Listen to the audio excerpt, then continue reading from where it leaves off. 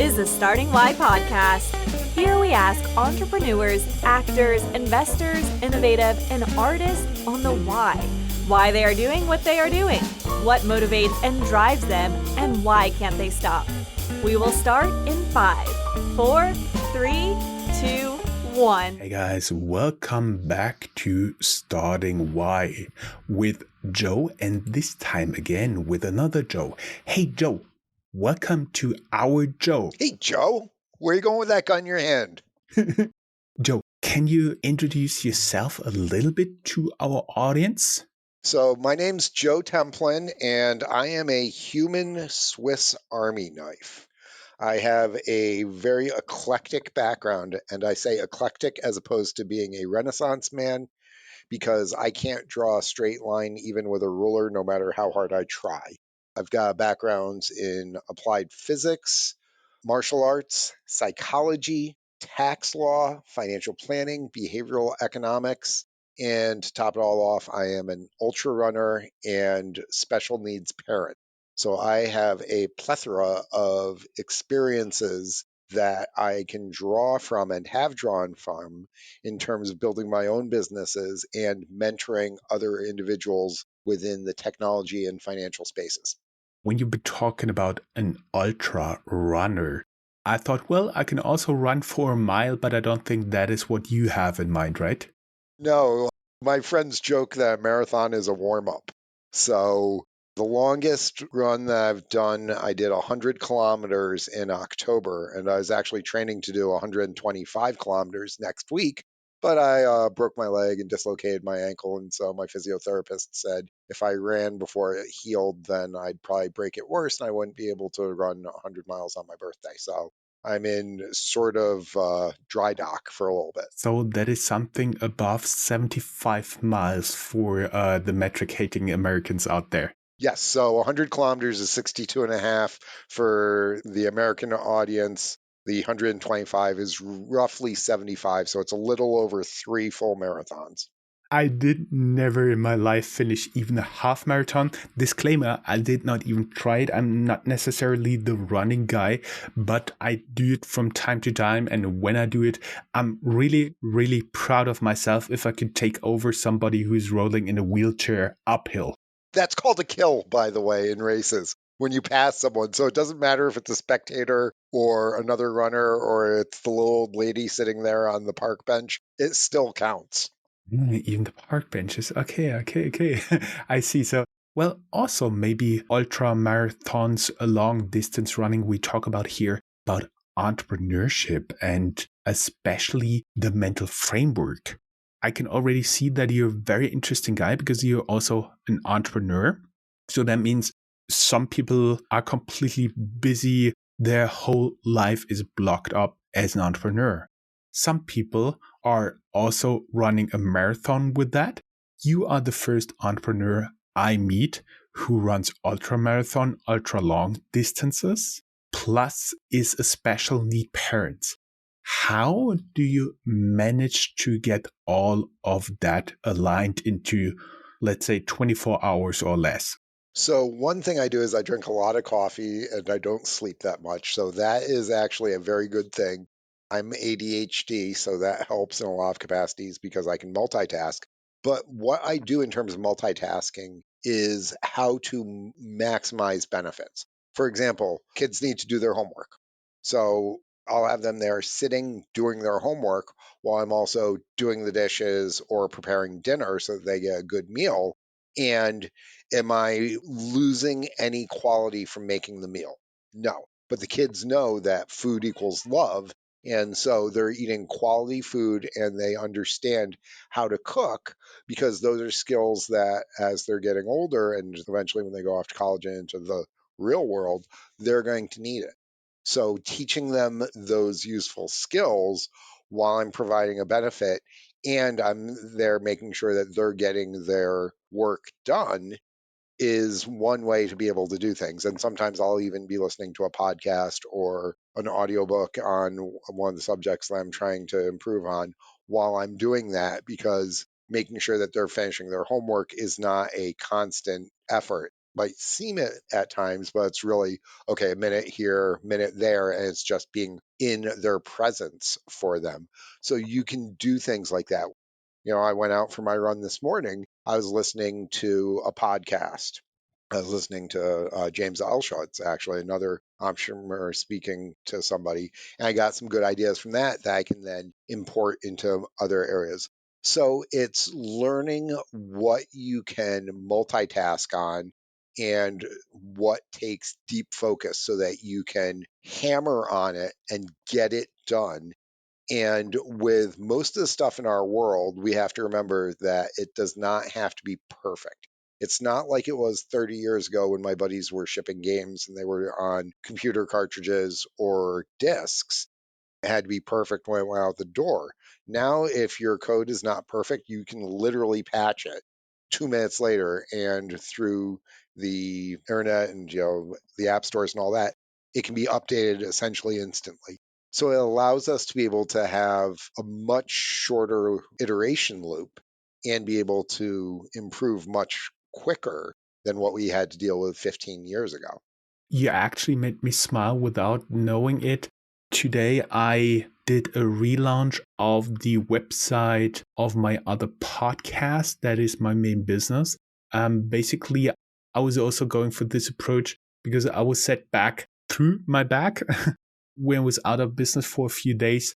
I had to spend in bed just not being able to finish the website the way I wanted it. And basically, that's approach I'm taking right now. It's 80% done. And I put it live because it replaces the old unstable one.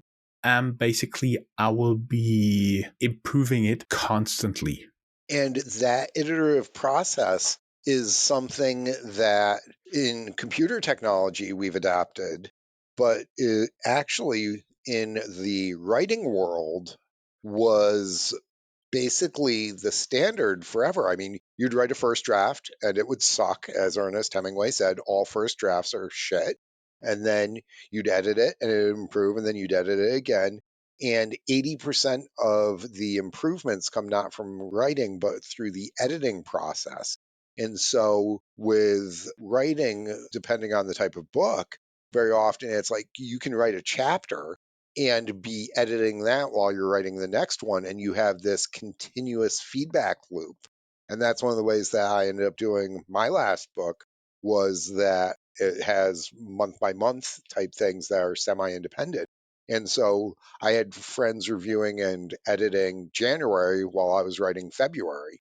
And by the time I got done writing the book, it had already gone through several hundred hours of editing along the way of various people. And so what I actually sent off as technically my first draft was closer to a fourth or fifth draft because of the iterations that occurred along the way.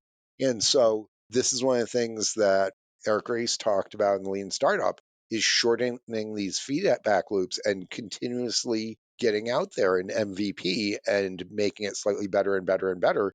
And part of the way that the human mind works is it's okay if you give them something crappy initially, as long as you are showing them that you're working to improve it. And so if you can make, a whole bunch of tiny improvements that are noticeable to somebody over a couple of week period, they have no problem paying on a beta that very quickly becomes viable, and they actually feel good about being inside the purple rope and being one of the early adopters or part of the exclusive club early. And so if I was to talk to a brand new first time technical entrepreneur, if they're working in a space where that is a approach that makes sense, I would tell them, get something and start getting feedback from it immediately and iterate and get to the point where people are willing to pay you even a discounted rate so that you can bootstrap yourself with real paying customers.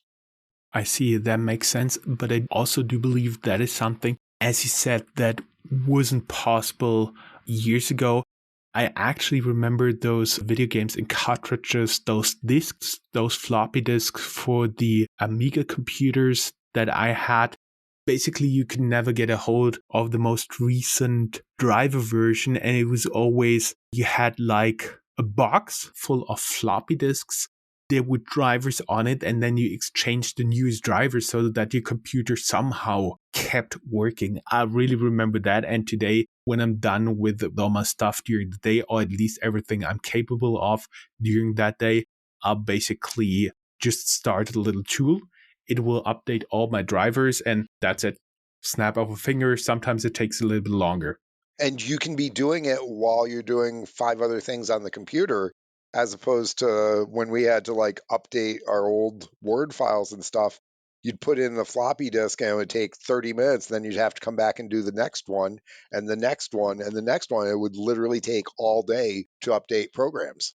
Oh, yeah. And you could not do it overnight because then you would have to set, or as I did, have to set the alarm clock and then get up at 2 a.m.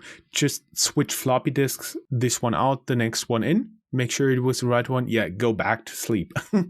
Oh, and if you put in the wrong disk, oh, heaven help you. I did that once. Was updating stuff for my dad. Good times. And so basically, that's the time we both remember. Our audience likely also remembers that one. But this has changed quite a lot. And you've been through a lot of that. And my understanding is that you also now give your knowledge away as a mentor, mentoring other entrepreneurs. But before we get into your methodology, where you're trying to teach them, I would be very curious about how you got into that. How did you start mentoring? Was it like a formal program, somebody approached it, or did it just happen by accident? It was informal in a lot of ways in that it just evolved with me mentoring people in technology. I mean, some of my friends were early stage starting companies when I was building my financial services career. So we had different knowledge bases that we were working with, but we were both building. And so that was in a lot of ways what James N. Schultz was talking about, the equals, where we're playing similar but different games and we're trying to get better simultaneously. And some of these companies, one of them actually has been sold multiple times, and Microsoft paid $67 billion for these guys last year. So I remember when it was Kartik and Guha programming out of their dorm room way back in the early mid 90s and seeing how they grew, and we grew along together. And so when they were bringing in people within their organization that they were mentoring, I naturally was doing some of that. I was mentoring young people in finance, but a lot of the younger guys in my fraternity or my Taekwondo students, RPI, or people who I knew were starting businesses. So they're like, hey, you got a background in finance. What should we do? And that led to working with hundreds of small businesses and seeing some of the mistakes that they made, but also learning what questions to ask so that I could give them foresight. Because when you see something play out once, it's surprising. When you've seen it play out 1,000 times, you're like, oh, this is happening again. And here are some of the things to be concerned with. Here's some of the things that I've seen have worked really well. And so you can start distilling down lessons over time. And this is part of the idea of the case studies that Harvard Business School uses, some of the idea of role playing or running simulations. So there's a combination of real world and academic that have unified in this. And so over time, it just became more and more people were seeking me out. And I've had to become very focused in terms of the ones who I will give more than a couple of minutes to. So I serve on the board of 3 different companies right now. Two are in technology, one's actually a coffee company. And the time that I spend with those CEOs, I have weekly meetings with them. And the one CEO of Catapult VR is like, all right, so you gave me my one good idea for the week. Thank you.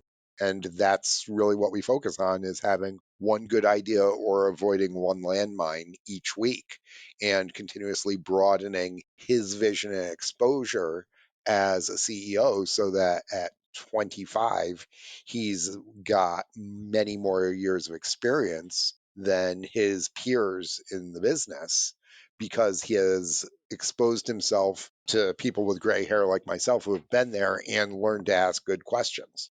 And simultaneously working with him, it focuses me on being able to understand what I'm saying and why even better. So, one of the things that I have seen over the decades is that mentors generally grow as much as the mentee, just in different ways. You have been talking about a company being sold multiple different times now for multi-billion US dollars. Can you go a little bit more into detail what you did there and how it all started out? Because behind every like a really big success, big idea, there's usually a very small and humble start. Yeah, so this was a couple of brothers who wanted to make video games. And so it's like the classic story. They actually had to have their parents sign the incorporation paperwork because they were too young to do it. I've seen that situation happen dozens of times. So they started programming some very basic games. They found a couple of friends who could program and they joined the company, and those were some of their early technology people. In fact, some of those guys stayed with them for 30 plus years. And they started doing very little things, totally bootstrapped, just like Bill Gates did with Microsoft and Paul Allen. So they went out and said, hey, we can program this for you. And so they got a couple of small contracts like that. Then they built some very basic math games because they're all nerds. Then from there, they built something bigger. They literally stole some space on campus in a closet in the incubator center, and then they got some investment. They hired a couple more people. They made some mistakes. They had some hits, and they grew. And over years, they went from being two guys programming out of their dorm room to 100 plus employees with 10 plus thousand square feet. Then they got acquired. Then, they did even more significant stuff with the new company. Then they got acquired again. They did even more significant stuff. And eventually they exited stage right. And like many great entrepreneurs, they're like, hey, let's take our experience here and just start all over again, build something new. And that's what they did probably 5 years ago. And they're already reaching massive levels yet again. You're talking about here about the starts of Activision Blizzard. Yep. So their one company that they acquired, Vicarious Visions, I've known Guhan, Kartik, and Chris and Chuck for literally decades. I see. First, just simple statement because I also realize, also including especially here on the podcast, if you want to make an argument, if you want to structure some thoughts, if you want to make it not intuitively, but a real argument, to understand something, really to teach something, really to get a sentence together, somebody else understands with something you intuitively learn. That is something you have to do as a mentor. You have to do as a host, a podcast host. You also have to do as a teacher. And do believe that is what you're referring to, becoming better by being a mentor. Yes. And so one of the things that I've learned is that a lot of these things that I learned organically in terms of making mistakes or being lucky or doing things, as Steve Jobs said, you can only connect the dots looking back. So looking back at some of these things, what worked well, what didn't work so well, what are some of the themes, and how can I put together questions and models around that so that if I bring these questions to somebody that I'm working with today, who's at a relatively early stage in their career or business, how can I ask them these questions or present these models so that they can, in 1 month, understand what it took me 5 or 10 years to get? And that is the beauty of having a good mentor, is that you get the lessons, you get a lot of the insight, you get the questions that you have to ask yourself to develop the metacognitive awareness, but you get it without wasting the time. It basically comes down to first avoiding problems your mentor had, and secondly, in saving time. Right.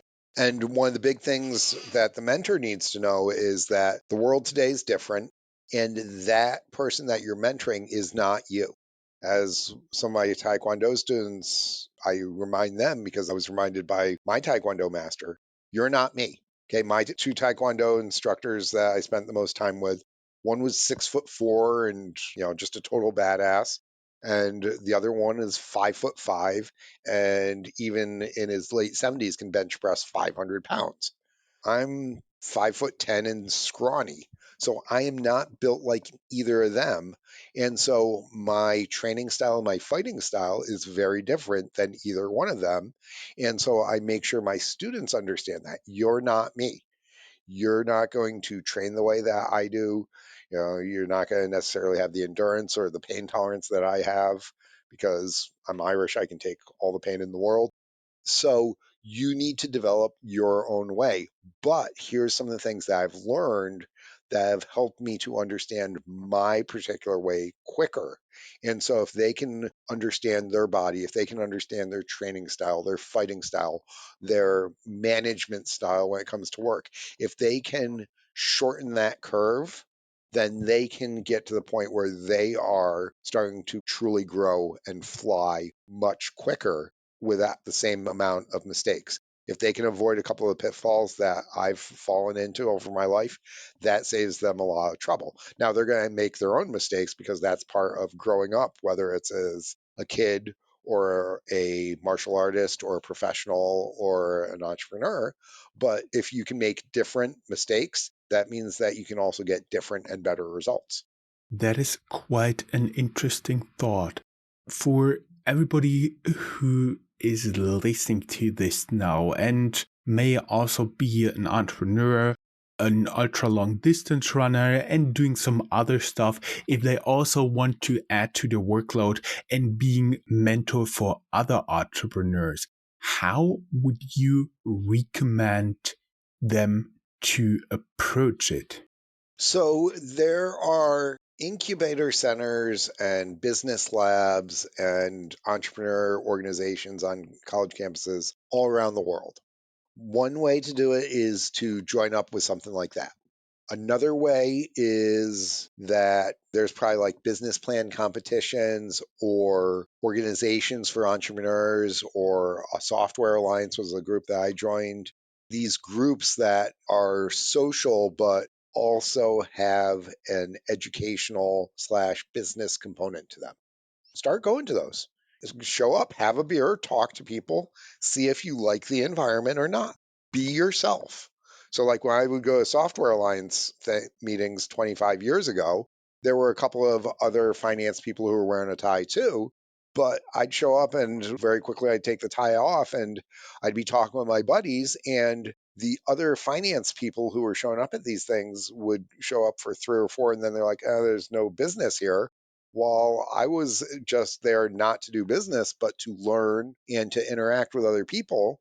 And that's how I ended up getting some great relationships that have lasted decades, because I was not there looking to get anything short term.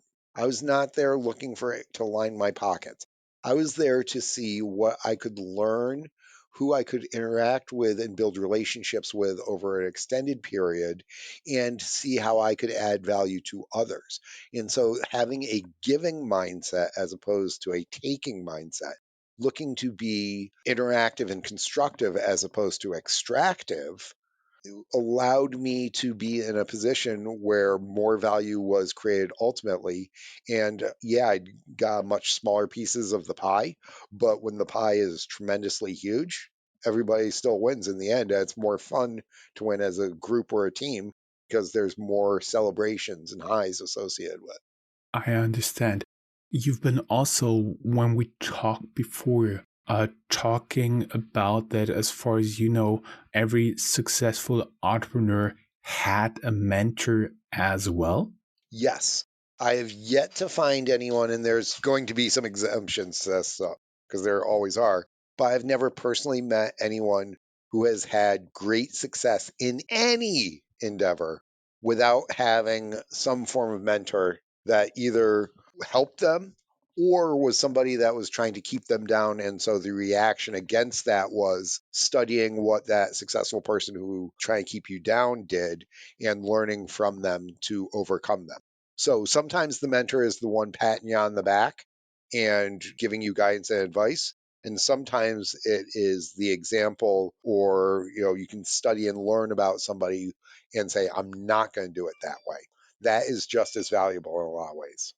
When you look therefore for a mentee, if you want to be a mentor, would you recommend, as you said, to have somebody who thinks very much like you? Or is it your experience that you actually benefit more if this person thinks totally different than you do, and therefore you have to completely rethink what do you want to tell them? So actually, I look at some traits of them that go back to psychology. So there's four main traits that I look for. The first one is, are they a good human being? Because if somebody's not a good human being, if they're, trying to harm others, if they don't have at least a partial service focus, if they're just completely self-centered as opposed to other focused, I'm not going to work with them. So that's one of the big knockouts that I have. And I was talking with the manager of a big financial services firm about the people who become most successful long range in their environment. And it's the people who have the service focus, the focus on others, knowing that if they do the right things, they're going to be taken care of no matter what. It's that I'll take a smaller piece of a much huger pie, then I need to be the star of the show. And, it's not a very good show in that capacity. So that's one knockout criteria that I have. And it took me a while to realize that because I worked with some not good people, have a lot of financial lessons that I learned, as in a lot of money I lost, like probably $1 million+ because of it. But the other three come from psychology. One, Carol Dweck in her work showed that roughly 40% of the people have a growth mindset as opposed to a fixed mindset. So this is critical. If somebody does not have a growth mindset, I'm not going to work with them simply because I can give them everything that I have in terms of my experience, my knowledge, my time, my Rolodex, and all that, and they're not going to succeed because they don't have that belief system that they can improve through hard work and others can too. So that open mindset, that growth mindset is critical. And then the other two components actually come from big five personality traits. And it's openness and conscientiousness, which if you listen to like Dr. Jordan Peterson analyze it or anybody else who has analyzed entrepreneurs and success, it's those two combination. Having openness, so willingness to try, willingness to fail, to experiment, to do new things. That's a hallmark of entrepreneurs in general, but somebody has to make I've seen some people who want to be entrepreneurs and they're wannabes because they want to say they're an entrepreneur. They want the rewards. They don't want to do the work. They don't want to have the exploratory nature. They don't just have this driving desire to learn new things and understand. And so, my experience, people who are not very high on the openness factor tend to not have the mindset, the creativity to be successful. And the other one's conscientiousness, which is related to work ethic. It's doing the right job. I know so many people who want to be successful, but they're not ready to roll up their sleeves and do the work. I'm pushing 50 years old now, and I still work as hard as I did at 24 when I outworked everybody that I knew, even my friends who were entrepreneurs who were working, 60, 70 hours a week. I was working as many or more hours per week that they were. I still get up at 4:30 to 5 o'clock every morning and work out and study and train before I start my regular day. I write every morning. I learn. And when I come in and I work my butt off. As we used to say on the farm, if you don't work, you don't eat. And you keep working until the job's done because once the rain comes, guess what? You can't go on out in the field and do the work anymore. So having that openness and conscientiousness combination is a critical component to be able to be mentored because it means that you'll do the work and listen. So it means that you're coachable and are willing to put in the time in the gym essentially to achieve overall. And so those combinations combined with the open mindset from Dweck and the good human filter, that's what I look for in terms of people that I surround myself with, whether mentors, mentees, friends, business associates, clients. That's the main criteria that I utilize. That is quite already a good mental framework, I do believe, for being a mentor and how you approach it. Of course, how long did it actually take you until you did the first thing and then you had the right fitting mentee and it started out really to be a mentorship relationship between you and your mentee? How long did it take, like from the first contact to really being a mentor? Took it a year? Did it take longer? So it's not something you can start with a snap. No, I'm actually pretty good at triaging and cutting people out. So I'm also relatively blunt at times. So if somebody is blowing smoke up my butt in the first meeting, they're like, "Well, I'm going to do this. I'm going to do this." I'm like, "Well, what have you done in the past? Why do you say that?" And I have no problem telling somebody in that first meeting, "Look, man, your mindset's wrong. You're just trying to make money, or you're doing this. You need to go do X, Y, and Z to be in a position to succeed here. Go do more market research. If you're telling me you've got no competitors in the market, that means that you don't understand your market.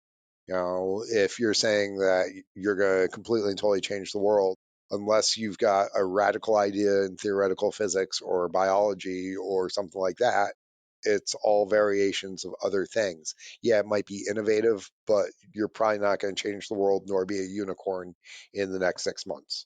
So I'm all for enthusiasm. I mean, I live on castle in the clouds in some ways, my friends say, but it's being able to say, okay, that castle is connected to the ground. How?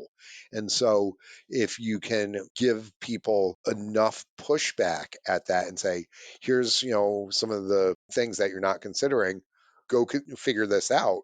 And if they come back like in a week and say, hey, I, did this and I worked on this and it's like, okay, that's like the student sitting in front of the martial arts monastery and the masters ignore him for 2 weeks and they stay there and they keep coming back. It's like, all right, you can come on in now. So, in terms of determining if somebody is going to be a mentor or a mentee, I eliminate a lot really quickly. And then they basically prove it out to me over a period of time that can vary from a few weeks to up to a year as to, yeah, all right, you've got the stick to itness, you've got the creativity, you accept guidance, you've got the right principles in your heart, you're doing what you say you're going to do. You're a man or woman of your word, as opposed to just blowing smoke. I see. We're now talking already more than 35 minutes. I would like to thank you very much right here and now. For everybody who'd like to learn more, we link down in the show notes to this podcast, your website, where everybody can learn more about what you're doing, about your website, and much, much more. Thank you, Joe. And this has been an absolute wonderful conversation. One of the things that those of us who are in our own little world where we're trying to build something and we might be like a solopreneur or a small group, it's the opportunity to get outside of our normal bubble and interact with other people and have these grown up conversations with somebody with a different perspective that allows both of us to grow. So thank you for giving me this opportunity today. Pleasure was all mine. Thank you very much and have a great day. And guys, as we said, go down here in the show notes and check out the links. Thank you very much. Joe, be excellent and grow today. I will.